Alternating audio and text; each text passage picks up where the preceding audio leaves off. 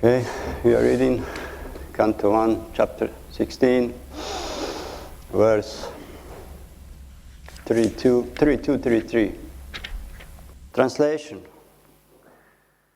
Lakshmiji, the goddess of fortune, whose glance of grace was sought by demigods like Brahma, and for whom they surrendered many a day unto the personality of Godhead. I had confusion to understand this line. What means that? Demigods like Brahma, unto for whom they surrender many a day unto personality of Godhead. What means many a day? Is that many days? Really? Is that old English or is it correct? I never heard such kind of many days or many a day. Okay. Learning English together here. Okay. Surrender many a day unto the personality of Godhead. Gave up her own abode in the forest of lotus flowers and engaged herself in the service of the lotus feet of the Lord. I was endowed with specific powers to supersede the fortune of all the three planetary systems by being decorated within the impressions of the flag, thunderbolt, elephant driving road, and lotus flower, which are signs of the lotus feet of the Lord. But at the end, when I felt I was so fortunate, the Lord left me. That's the Lord. Comes and goes. Purport. The beauty and opulence of the world can be enhanced by the grace of the Lord and not by man-made planning. When the Lord Sri Krishna was present on this earth, the impressions of the special signs of his lotus feet were stamped on the lotus dust. And thus, as a result of this specific grace, the whole earth was made as perfect as possible. In other words, the rivers, the seas, the forests, the hills, the mines, which are supplying agent for the necessities of the men and animals, were fully discharging their respective duties. Therefore, the riches of the world surpassed all the riches of all planets in three planetary systems of the universe. One should therefore ask that the grace of the Lord always be present on earth so that we may be favored by his causeless mercy and be happy, having all necessities of life. One may ask how we can detain the Supreme Lord on this earth after his mission is fulfilled and he has left this earth for his own abode. The answer is that there is no need to detain the Lord. The Lord, being omnipresent, can be present with us, if we want him at all. By his omnipresence, he can always be with us if we are attached to his devotional service by hearing, chanting, remembering, etc. There is nothing in the world with which the Lord is disconnected. The only thing we must learn is to excavate the source of connection and thus be linked with him by offenseless service. We can be connected with him by the transcendental sound representation of the Lord. The holy name of the Lord and the Lord himself are identical. And one who chants the holy name of the Lord in an offenseless manner can at once realize that the Lord is present before him. Even by vibration of radio sound, we can partially realize sound relativity. And by resounding the sound of transcendence, we can verily feel the presence of the Lord. In this age, when everything is polluted by the contamination of Kali, it is instructed in the scriptures and preached by Lord Sri Chaitanya Mahaprabhu that by chanting of the holy name of the Lord, we can at once be free from contamination and gradually rise to the status of transcendence and go back to Godhead. The offenseless chanter of the holy name of the Lord is as auspicious as the Lord himself, and the movement of the pure devotees of the Lord all over the world can at once change the troublesome face of the world. Only by the propagation of the chanting of the holy name of the Lord can we be immune from all effects of the age of Kali.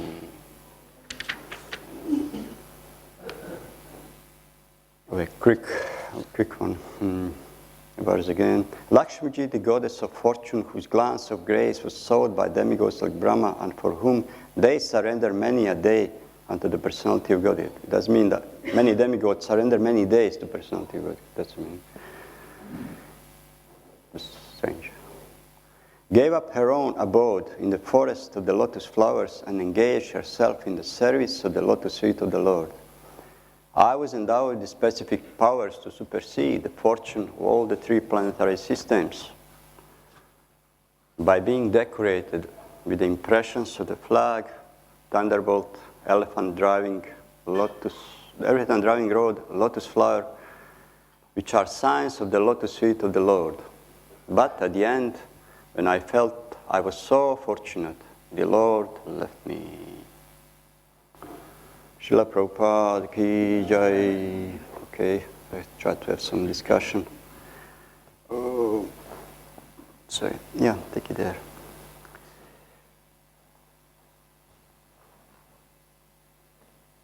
Okay, I'm a little bit absent-minded. Really, as I said, I don't know what's going on. Very strange. You felt that there. You are here, but you are somewhere, God knows where. It's kind of like intoxication or something. Kind of can be on the place. I know. Doing many mistakes these days. Sorry, I didn't burn the breakfast. Don't worry. I tried to share some thoughts on this, which are randomly thrown down. Okay. Jai Shri Radha Gokulananda Sitaram Lakshman Shri Gonitai Shri Yashoda Damodar Ki Jai. Okay, at the beginning here, the Prabhupada just in the verse itself speaks about Lakshmi. I didn't read, but I just heard here and there that Lakshmi was by some benediction given to Indra first. Not first, but she was given to Indra at some point. And then his opulence grew and fame, everything. So, but then one day, Brihaspati was walking on the road. And then Lord Indra was riding an elephant. And then Brihaspati kind of, was amazed, his disciple, opulence. And then he took his garland off. He gave to Indra. But Indra's being often puffed up. It happens to Indra often. He gave to his elephant, Airavat. But elephant has been animal, as Prabhupada said in this purport. Has been elephant. He just took this garland, waved and just threw it. And then as he was walking, he stamped on it. But this was offense, even materially, kind of total disrespect. Brihaspati didn't say anything, but he left. But then his fortune vanished. When Lakshmiji heard that, she just left his abode. And then all fame, fortune, wealth just went down to the ground. So then demons took opportunity to invade, and they just very easily took over the heavens. But then Vishnu intruded, and then later on, he made arrangement, made a truce with demons to churn the ocean of milk. And as many things came from the ocean, Lakshmiji came back. She was in when she left heavenly planets, she went to some unknown place. We said Mahalakshmi place, where lotus growing. She was meditating on Vishnu to reunite with him. So then she came from the ocean of milk, Lakshmiji. And as soon as she came, everybody was gazing at her, wanting her attention. Whatever she has offered, everybody was gazing. But she was not interested. Her eyes were searching for Vishnu. And finally, Vishnu was there also on Mandar one time. So she reunited with Vishnu in Narayan. So people worship Lakshmiji for opulence. Whatever she has to offer, everybody considered what she has, that's supreme benefit, benediction. But she considered this to be worthless. Her eyes are on Narayan always. So, see, she worshipped Vishnu, and they worshipped her. See. So if she goes to Krishna, then intelligent person can ask where she got was that center of her attention, where she draws her own opulence from. Then they go to Vishnu itself, the same like a story of Sanatana Goswami and Gemstone. The intelligent person realizes that, things which he getting wealth from is not just this stone.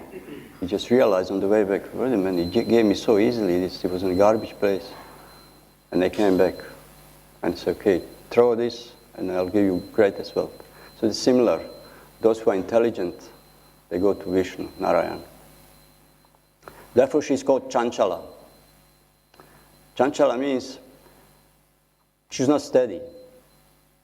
She gives sometimes opulence, but then withdraws again, like in the case of Indra, as I mentioned. So, only place where she is steady is lotus feet of Narayan. Anywhere else is not. See? The same like if somebody would worship you, but to get something out of you. It doesn't feel right. Like you are able to give, but somebody kind of adores you, but he wants something material from me. So, because if the worshipper, whatever is, person who wants something is dedicated and, and honest and faithful, whatever, as a reciprocation, talking of reciprocation you may give, but your mind is not focused on him, you not dwell on him. This is just business. So that's called chanchala attitude. Your mind is somewhere else. So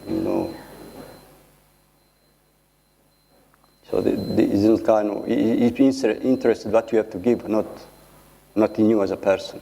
Same of this so-called. Somebody say, I'm devotee of Lakshmi. You're not really devotee of Lakshmi. You're devotee of wealth. Because Lakshmi gives, therefore she gives, okay, but then she's not interested, in you personally. Because kind of business, business.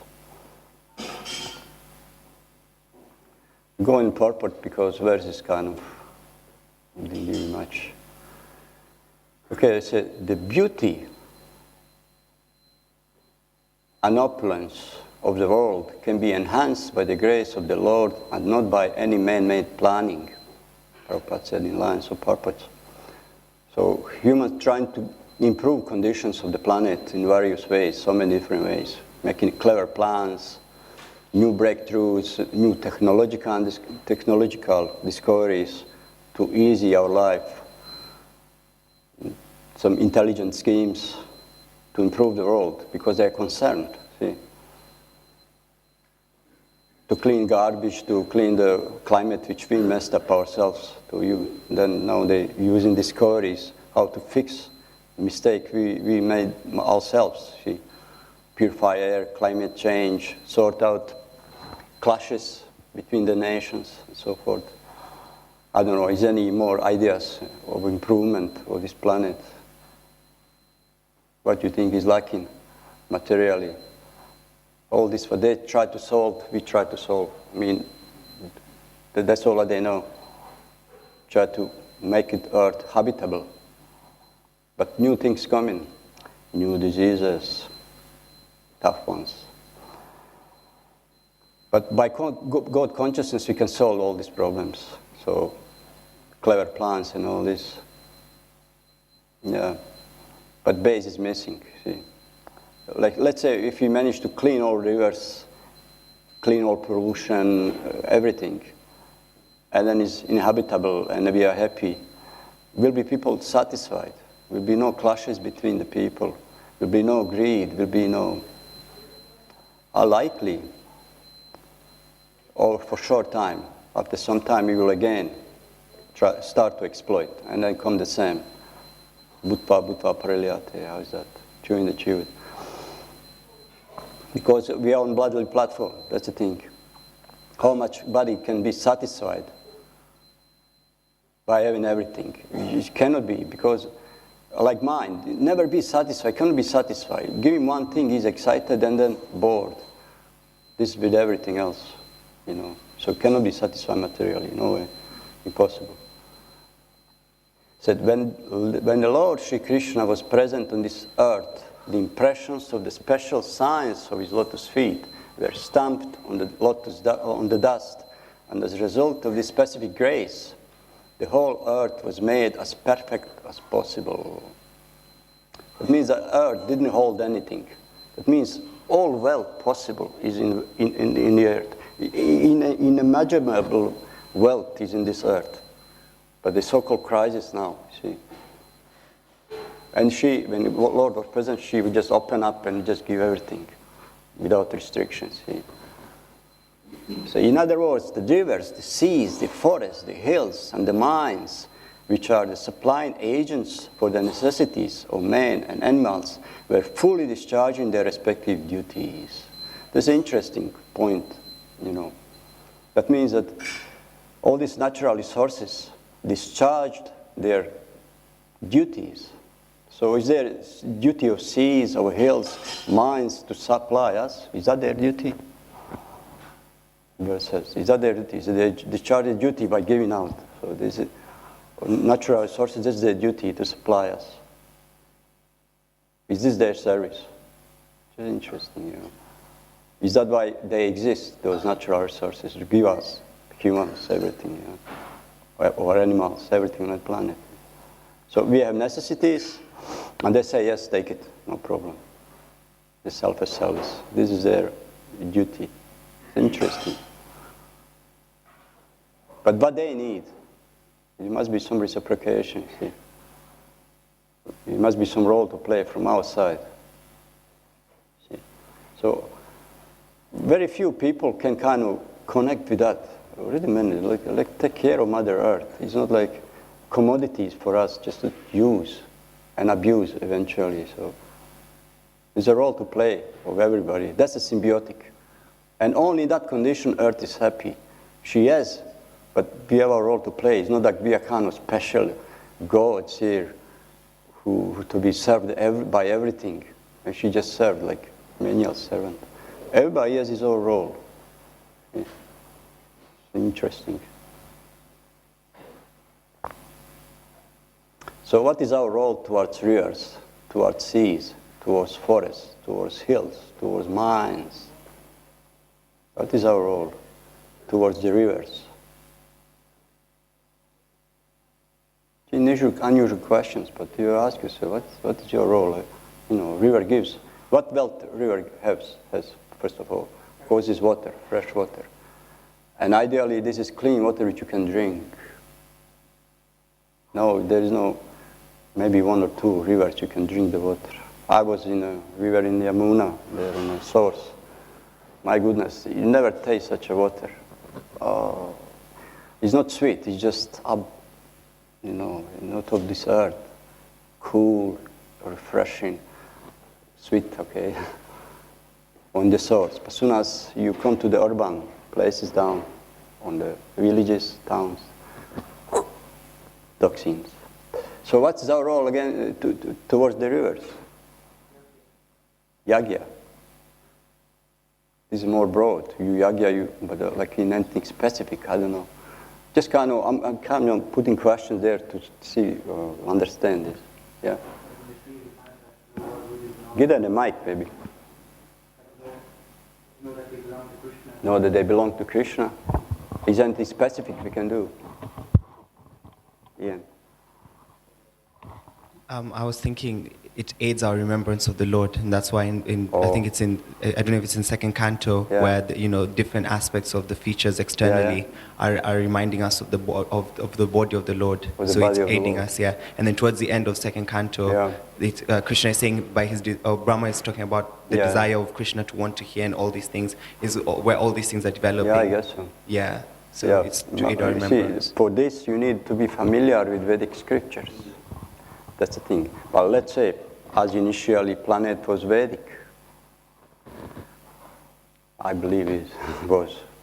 Although I mentioned in classes before, in this area was jungles with tribes, with people fighting with stones. But it was the same in India. There were tribes who were fighting with stones also. So this is not an ape who become human. These are just tribes who were always existing. So as far as I searched on this area, Europe was just a jungle. Even tropical animals were there, mammoths and lions. Anyway, but that's the point, yeah.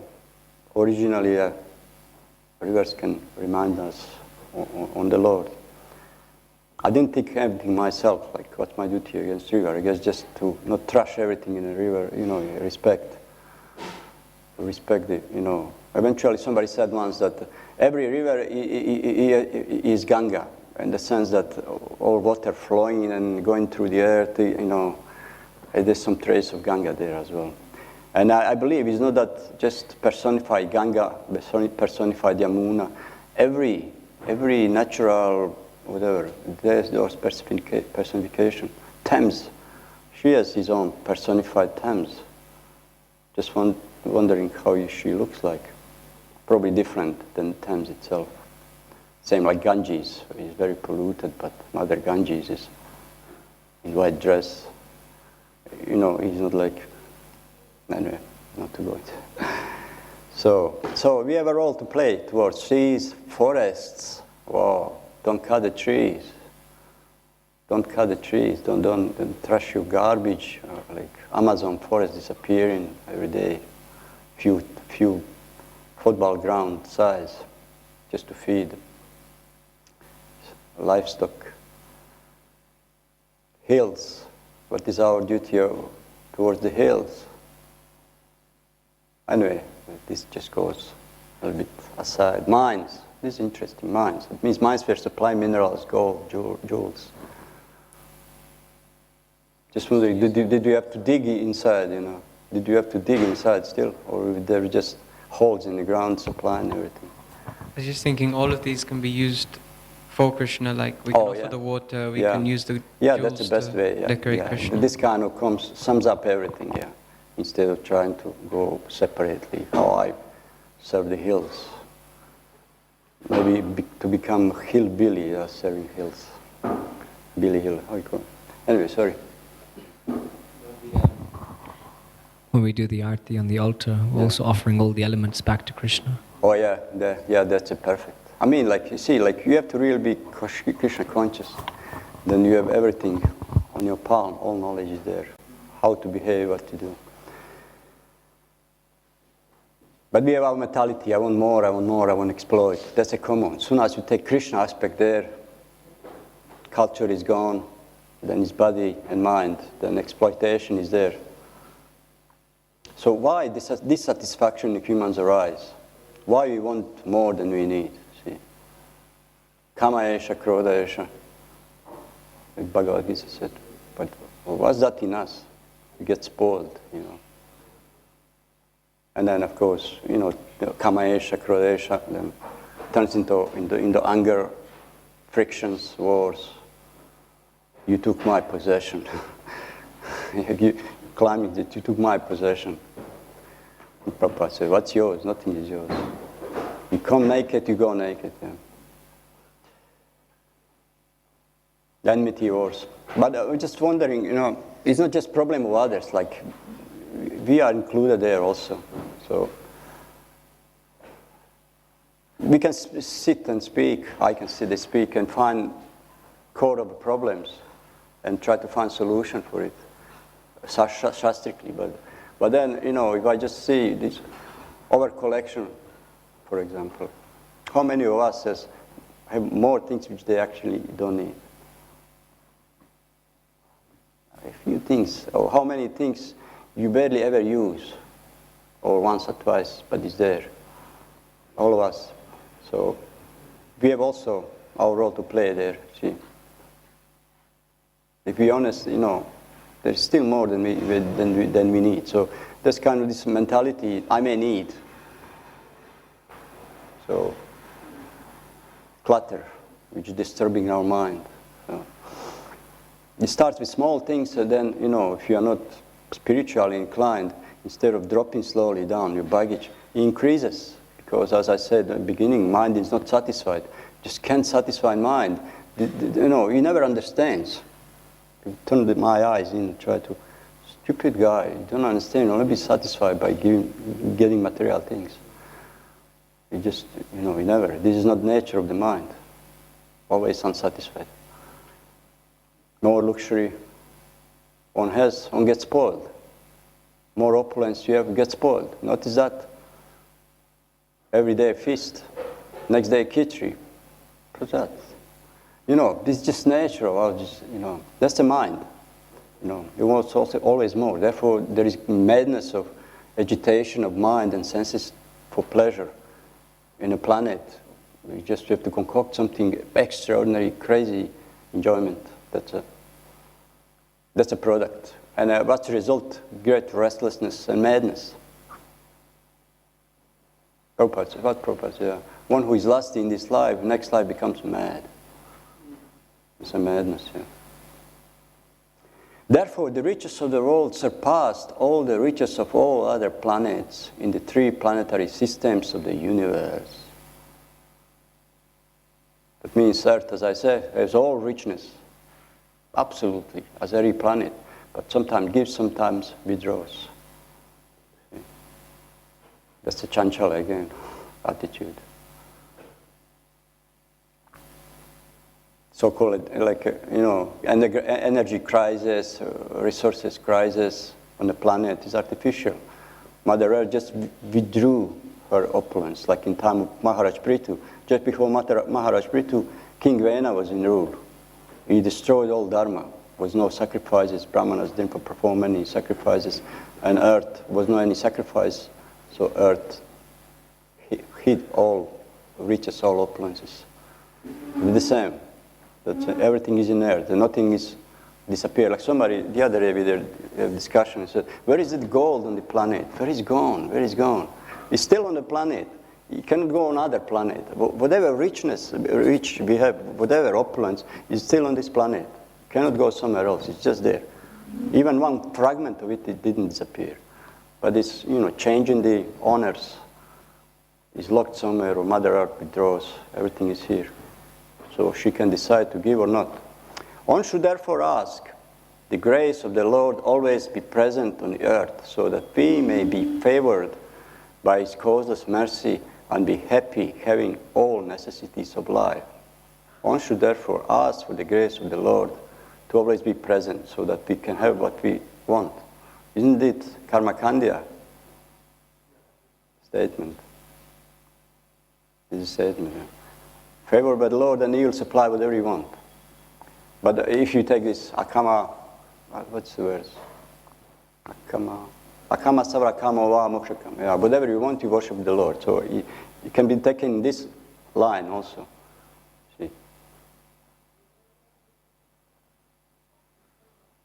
But Prabhupada said, should always ask grace of the Lord to be present on the earth, so that we may be favored by His causeless mercy and be happy having all necessities of life. It's just a byproduct. That's the thing.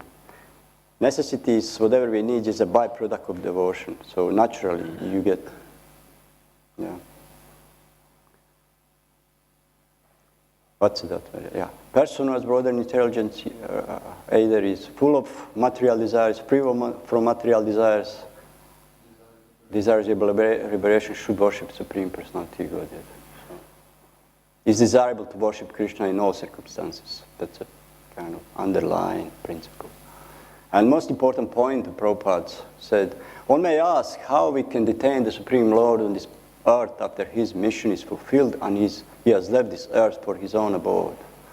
Prabhupada said, He can always be with us if we are attached to His devotional service by hearing, chanting, remembering, etc. There is nothing in the world which the Lord is disconnected.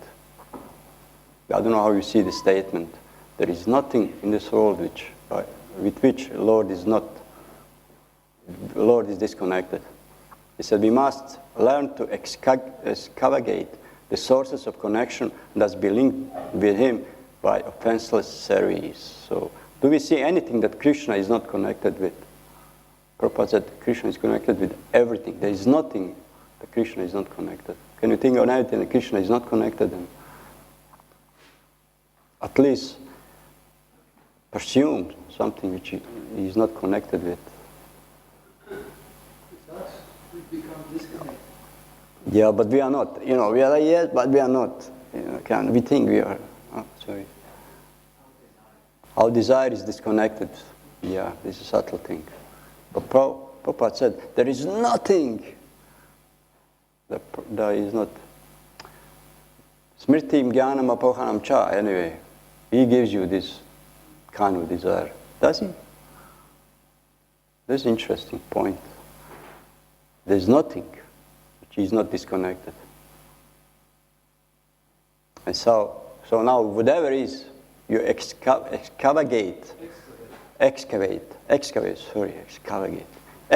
Oh yeah, you're right. Excavate the connection with Krishna. Whatever it is. That's a challenge. All my life is made of speculation, how I connect things I want with Krishna. And I hit it in the ground. The last paragraph is about chanting. There is nothing in the world which Lord is in we already mentioned that. Okay. The only thing we must learn is to excavate the source of connection, and thus be linked with Him by offensive service. We can be connected with Him by the transcendental sound representation of the Lord. Do you have experience of this connection with the Lord through chanting? Do you have experience? Do you have experience, anyone, of connection with the Lord? Sorry. Do you have experience?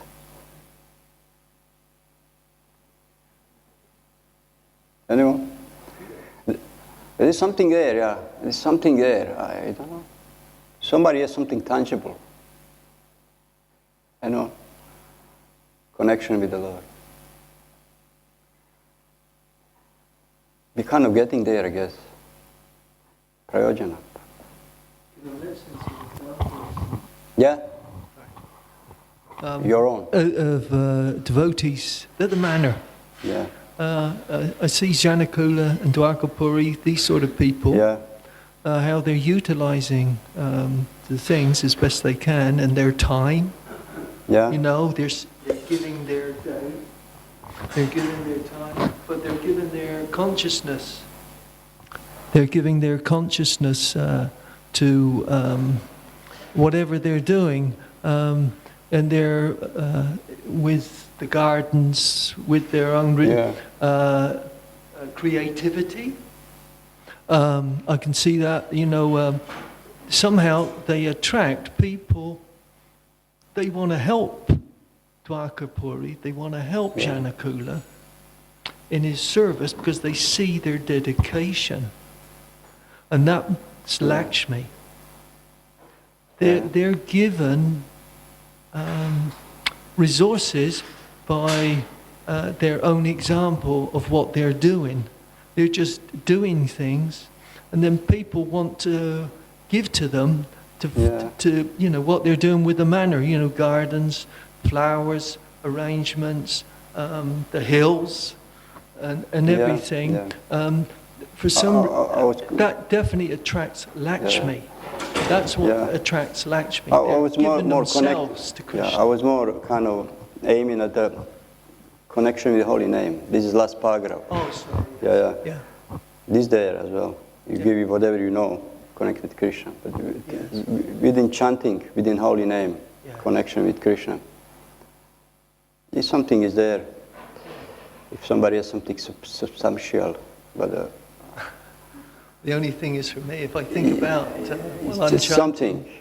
At least you cannot stop. Something pulling you. So that's it. The holy name of the Lord and the Lord Himself are identical, and if one chants holy name of the Lord in an offenseless manner, he can at once realize that the Lord is present before him. So that's the thing. In offenseless chanting, then you will see the Lord. This is because Krishna is all-powerful. And anyone chants, especially without offenses, he descends personally in His name. He gives that awareness and realization to such a chanter that he is personally present in his name. Anyone's else name we chant, it is separated from the person. Anyone's else names. You can kind of recall something there. Although sometimes, like there's the connection, person you think of, it phones you or something, but it's not fully there in his name.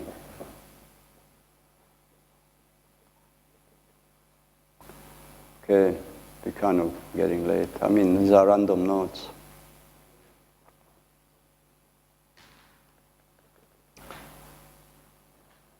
The different chanter of the holy name. Offenseless chanter of the holy name of the Lord is auspicious as the Lord himself, and the movement of the pure devotees of the Lord are all over the world, can at once change the troublesome face of the holy name, of the troublesome face,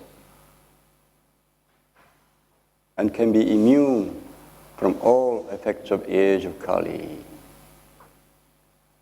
So only thing spiritual in Kali Yuga is the holy name. That's incredible. Only is spiritual. Anything else is something, some other energy, something yoga, paths, teachings, methods. Prosper, thrive, wealth. But only holy thing is holy name. Hare Krishna, Krishna Krishna, Hare Hare, Hare Rama, Ram Rama, Hare Hare. Gauranga. You may say something if you want extra. We cannot finish with this vague class. I actually messed up my computer. Most of the notes I lost. I couldn't open my computer. I have to go to online and crack the code I made myself. Okay? Jai Shri Prabhupada, Srimad Bhagavatam Ki Jai.